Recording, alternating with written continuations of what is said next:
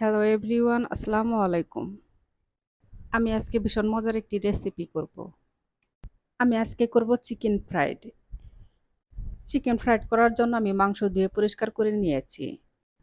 এখন আমি দিয়ে দিব ১.৫ চামচ আদা রসুন বাটা আর স্বাদ মতো লবণ।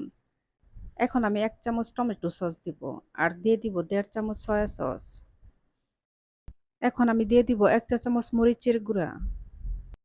এখন আমি ১ চামচ চিনি দিয়ে দিব আর দিয়ে দিব লেবুর রস। এটা দেশি লেবু, তাই ১ ফালি লেবুর রস দিলেই হয়ে যাবে। এখন আমি মাংস মসলার সাথে হাত দিয়ে ভালো করে মেখে নেব। একটু সময় নিয়ে হাত দিয়ে ভালো করে মেখে নিতে হবে। কারণ এই মাখানোটা যত ভালো হবে মসলাটা মাংসের ভিতরে ততটাই ভালোভাবে ঢুকবে। আমি এখন ১ ঘন্টার জন্য মেরিনেট করে রেখে দিব। ১ ঘন্টা পরে আমি ঢাকনা উঠিয়ে নেব। এখন আমি মাংসের মধ্যে একটা ডিম ভেঙে দিব। আপনারা চাইলে এই মাংস ২ ঘন্টা মেরিনেট করে রাখতে পারেন এবং কি সারা রাতের জন্য মেরিনেট করে রেখে দিতে পারেন। এই চিকেন যতক্ষণ মাখিয়ে রাখবো চিকেনের স্বাদ তত বাড়বে। এই ফ্রাইড চিকেন কিন্তু বানানো একদম সহজ। আর দেখবেন বাচ্চারাও কিন্তু এই ফ্রাইড চিকেন খেতে বেশি পছন্দ করে। ডিম ভেঙে দেওয়ার পরে আমি দিয়ে দিব ১ চামচ ময়দা আর ১ চামচ বেসন আর ১/২ চামচ কর্নফ্লাওয়ার। কর্নফ্লাওয়ার কিন্তু অবশ্যই দিতে হবে।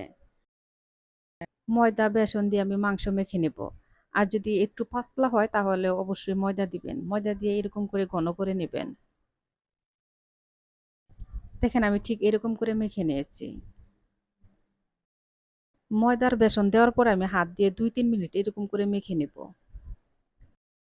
মাংস আমার মেখে নেওয়া হয়ে গেছে। এখন আমি প্যানের মধ্যে দিয়ে দিব সয়াবিন তেল। তেল কিন্তু ভালো করে গরম করে নিতে হবে। তারপরে মাংস দিতে হবে।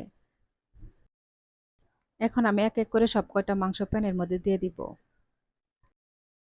কড়াইয়ের মধ্যে অল্প অল্প করে ভাজলে অনেক সময় লাগতো, তাই প্যানের মধ্যে আমি ভেজে নিব একসাথে। আমি এখানে লাল মোরগ দিয়ে কিন্তু ফ্রাইড চিকেন বানাচ্ছি। আপনারা যদি ব্রয়লার মুরগি দিয়ে বানান তাহলে ব্রয়লার মুরগির মাংস লবণ দিয়ে ৩০ মিনিট পানির মধ্যে ভিজিয়ে রাখতে হবে। তাহলে দেখবেন যে ব্রয়লার মুরগির যে একটা গন্ধ সেই গন্ধটা থাকবে না। অবশ্যই কিন্তু ব্রয়লার মুরগির মাংস ৩০ মিনিট ভিজিয়ে রেখে তারপরে ফ্রাইড চিকেন বানাবেন। ব্রয়লার মুরগির মাংস দিয়েও কিন্তু ফ্রাইড চিকেন অনেক মজা লাগে খেতে। মুরগির মাংস আমি উল্টিয়ে পাল্টিয়ে ভেজে নিয়েছি। দেখেন কত সুন্দর একটা কালার চলে আসছে।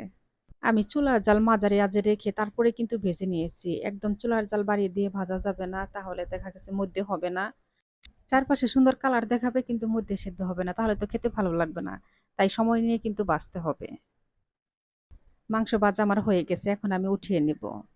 এই ফ্রাইড চিকেন কিন্তু খেতে খুবই মজা। বাসায় একবার হলো সবাই বানিয়ে খেয়ে দেখবেন। সবাই ভালো থাকবেন, সুস্থ থাকবেন। আল্লাহ হাফেজ।